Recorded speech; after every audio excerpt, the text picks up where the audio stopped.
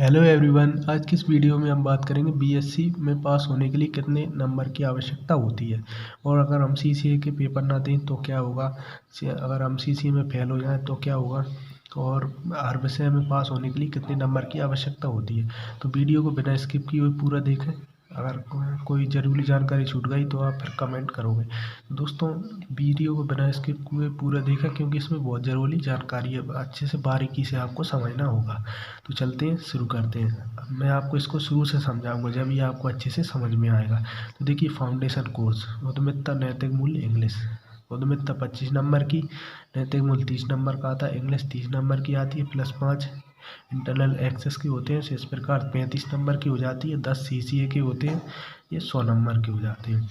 ये आपको शुरू समझना पड़ेगा, जब ये आपको अच्छे से समझ में आएगी। मैथ पेपर फर्स्ट 40 नंबर का आता है, +10 सीसीए के होते हैं। पेपर सेकंड भी 40 का आता है, 10 सीसीए के होते हैं। पेपर थर्ड भी 40 का आता है, 10 सीसीए के होते हैं। और इस प्रकार 150 हो जाते हैं नंबर।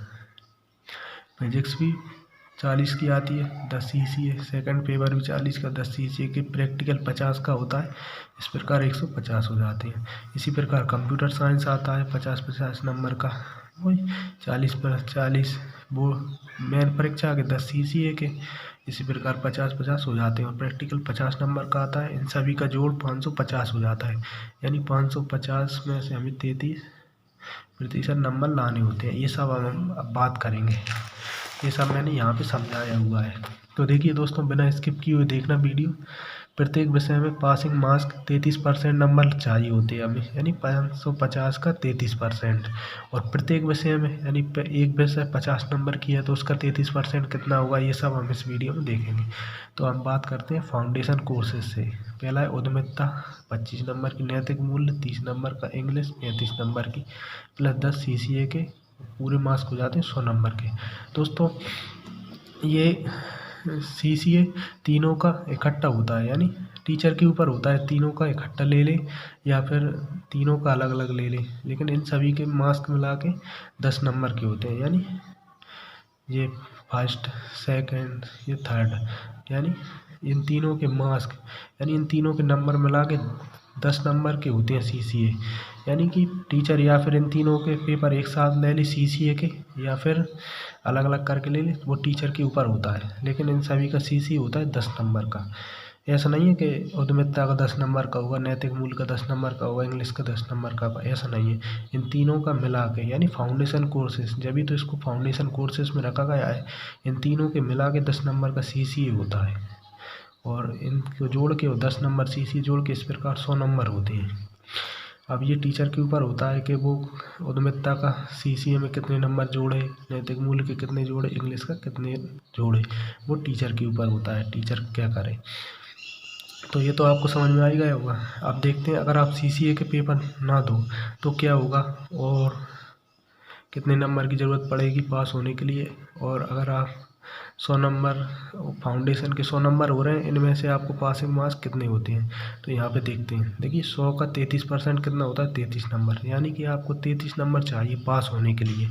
लेकिन आपको अगर अच्छे से पास होना है तो कम से कम 34 से 35 नंबर तो लाना है। 33 नंबर की सोचोगे जब जाके आपके 30 नंबर आ पाएंगे, 33 की सोचोगे जब आपके 30 या 25 नंबर आ पाएंगे, तो आप कम से कम 34-35 नंबर की सोचो जब आपके 33 नंबर आएंगे। अगला है, अगर आपको सीसीए में फेल हैं, जैसे अगर आप सीसीए में फेल हैं, सीसीए में 0 नंबर आए हैं मान लो आपके, तो आपको कितने नंबर में पास होंगे, यानी कितने नंबर लाना पड़ेगा। अभी तो आपको 33 नंबर लाने पड़ रहे थे तो आप पास हो जाते थे। 100 का 33% निकाला हमने। अगर अब आपने सीसीए दिए ही नहीं है तो आपको कितने नंबर की ज़रूरत पड़ेगी, तो आपको ज़रूरत पड़ेगी 43 से 45 नंबर की। अगर आपके 43 से 45 नंबर आ गए तो आप पास हो जाओगे। दोस्तों, यहाँ पे ये केस चलता है 9th और 11th की तरह। जैसे हम 9th में तिमाही के 10% जोड़ते थे और छमाही के 10% जोड़ते थे। इस प्रकार ये 20% हो जाता था। और वार्षिक का 80% का पेपर आता था। इस प्रकार मिला के ये 100% हो जाते थे। तो ऐसा हमारा पेपर आता है। इसी प्रकार बीएससी में होता है, 10% सीसीए के जोड़ते हैं और 90% का पेपर होता है। तो दोनों को मिला के हम पास होते हैं। अब चलते हैं मैथ की तरफ। मैथ का पेपर फर्स्ट 50 नंबर का, ये CCA के नंबर मिला के देखना है। पहले हम क्या करते हैं, CCA के नंबर मिला के देखते हैं कितने पासिंग मार्क्स का आएंगे। पेपर फर्स्ट में इतने, पेपर सेकंड का इतना, और पेपर थर्ड इतने का, यानी 50-50 नंबर के होते हैं, 40 नंबर पेपर के तो लगता है। CCA के इस प्रकार ये 50-50 हो गए, और इनमें पासिंग मार्क्स यानी 50 का 33% कितना हो रहा है, 16.5, यानी आप 17 ही मान लो। मैंने आपको पिछली वीडियो में 17 बताया था ना, वो इसलिए बताया था क्योंकि 16.5 हम कहाँ गिनेंगे, 17 ही मान लो। टीचर भी 17 की कहते हैं। 17 नंबर आ जाए तो हम पास हो जाते हैं। पेपर फर्स्ट में पास होना है तो 17 नंबर लाने होंगे, यानी 16.5 ले आओ या 17 नंबर ले आओ तो आप पास हो जाओगे। इसी प्रकार पेपर सेकंड में और पेपर थर्ड में। तो आपके कुल मार्क्स कितने हुए, 49.5। अगर आपके 49.5 मार्क्स हो गए तो आप मैथ में पास हो जाओगे। और यहाँ पे दोस्तों एक देखने के बाद ये है, सभी पेपरों में पास होना होगा, नहीं तो आपके इन दोनों में मिला के 49 हो गए, इसमें फेल हो गए तो इसमें फेल हो गए ना, तो आप फेल ही माने जाओगे, यानी इसमें आपको 80 की 80 आ जाएगी। अगर आपको बिल्कुल तीनों के मिला के 49 आने चाहिए, यानी तीनों में, इसमें भी जैसे पेपर फर्स्ट है तो इसमें भी आपको पास होना होगा, पेपर सेकंड में ही पास होना होगा, पेपर थर्ड में ही पास होना होगा, जब जाके आप पास होगे। अगर आप सोचो कि इसमें और इसमें मिला के मैं 49 नंबर ले आऊँ, ये 49.5 नंबर ले आऊँ या 50 नंबर ले आऊँ तो मैं पास हो जाऊँगा, नहीं होगे पास। इसमें भी आपको पास होना होगा, तभी आप, यानी कि कुल मिला के ये तीनों में पास होना होगा जब आप मैथ में पास माने जाओगे। एक में भी फेल हो गए तो आपकी 80 की 80 आ जाएगी। और अगला है, ये टोटल मार्क्स हो गए हमारे 49.5। अब देखो, अगर आपके CCA में फेल है या 0 नंबर है, अगर आपने CCA नहीं दिए या आप फेल हो गए, 0 नंबर दिए टीचर ने, तो आपको वार्षिक परीक्षा में 59.5 नंबर लाने होंगे, यानी मान लो 60 नंबर ही लाने होंगे तो आप मैथ में पास हो जाओगे। वो भी सभी सब्जेक्ट में पास होना होगा, यानी मैथ के तीनों पेपरों में पास होना होगा, जब जाके आप पास माने जाओगे मैथ में। इसी प्रकार फिजिक्स में, ये फिजिक्स में CCA के नंबर मिला के ये हो रहा है 16.5। और ये प्रैक्टिकल के, जैसे पेपर फर्स्ट का प्रैक्टिकल में 8.25 और पेपर सेकंड के प्रैक्टिकल में 8.25, दोनों को मिला के 16.5 हो रहा है पासिंग मार्क्स, और टोटल हो रहा है 49.5। यानी आपको पेपर फर्स्ट और पेपर सेकंड में दोनों में पास होना होगा, जब ही आप पास माने जाओगे। अगर आप इसी में अकेले 49 नंबर ले आए और इसमें आप फेल हो गए तो आपकी इसमें 80 की 80 आ जाएगी, आप फेल ही माने जाओगे इन दो फिजिक्स में। इसलिए आपको दोनों में पास होना होगा। और प्रैक्टिकल तो मैंने बता ही दिया, प्रैक्टिकल में तो कैसे कोई फेल करता ही नहीं है। अब मान लो CCA में 0 नंबर है तो आपको कितने नंबर चाहिए, 59.5 मार्क्स पास होने के लिए, यानी 60 ही मान लो, 60 नंबर चाहिए आपको पास होने में। इसी प्रकार कंप्यूटर साइंस में 50-50 नंबर के होते हैं, तो 16.5 हर मार्क्स पेपर में पास होने के लिए चाहिए।